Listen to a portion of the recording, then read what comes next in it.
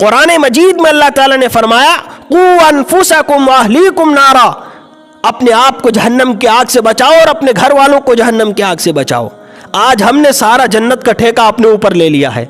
मैं नमाजी बन गया, मैं तहज्जुद गुजार बन गया, मैं अल्लाह का फरमा बरदार बन गया। मेरे घर वाले चाहे जिस रास्ते पर भी चल रहे हो, बेटा जुआ खेल रहा है, हराम काम कर रहा है, गुनाह कर रहा है, गाने बजा रहा है, नमाजें कज़ा कर रहा है, बाप को उसकी कोई परवाह नहीं है। कुरान कहता है खुद भी जहन्नम की आग से बचो और अपने घर वालों को भी बचाओ, लेकिन हम उसकी फिक्र के लिए तैयार नहीं है। अब जितनी अपनी फिक्र करते हो उससे ज्यादा अपनी औलाद की भी फिक्र करो। जिस तरह एक बाप को यह फिक्र है कि मेरे मरने के बाद मेरी औलाद खाएगी कहां से, मेरे मरने के बाद मेरी औलाद का क्या होगा, मेरे मरने के बाद मेरे बच्चों का क्या होगा, उसके लिए जमीन का इंतजाम करता है, खाने का इंतजाम करता है, पीने का इंतजाम करता है, घर का इंतजाम करता है, रोटी का इंतजाम करता है, अपनी औलाद के लिए जिंदगी में हर चीज का इंतजाम करके जाता है कि मेरे मरने के बाद मेरे बच्चे को किसी के सामने हाथ फैलाने की जरूरत ना पड़े।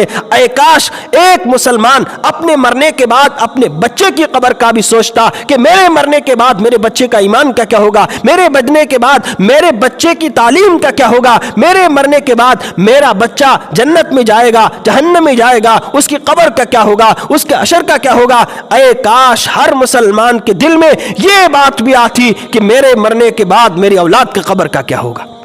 यह फिक्र करने की जरूरत है। कुरान कहता है कू अनफुसकुम व अहलीकुम नारा, खुद भी जहन्नम की आग से बचो और अपने घर वालों को भी बचाओ।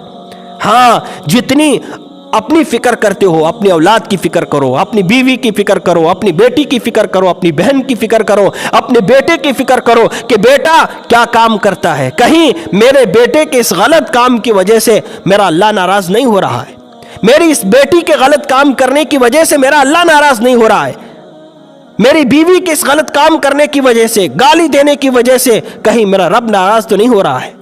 ये हर माँ बाप को फिक्र होनी चाहिए। मैं नमाज पढ़ता हूँ, मेरी बीवी भी घर में नमाजी होनी चाहिए। मैं नमाज पढ़ता हूँ, मेरा बेटा भी नमाजी होना चाहिए। मैं नमाज पढ़ता हूँ, मेरी बेटी भी नमाजी होनी चाहिए। ये फिक्र हम अपने जहनों में बिठा लें, अपने दिलो दिमाग में बिठा लें कि नमाज सिर्फ मुझ पर फर्ज नहीं है, जितनी नमाज मुझ पर फर्ज है मेरे बेटे पर, मेरी बेटी पर, मेरी बीवी पर भी फर्ज है। हाँ, जितनी अपनी आप की फिक्र करते हो, कयामत के दिन यूं आजाद मत घूमो कि हमसे नहीं पूछा जाएगा।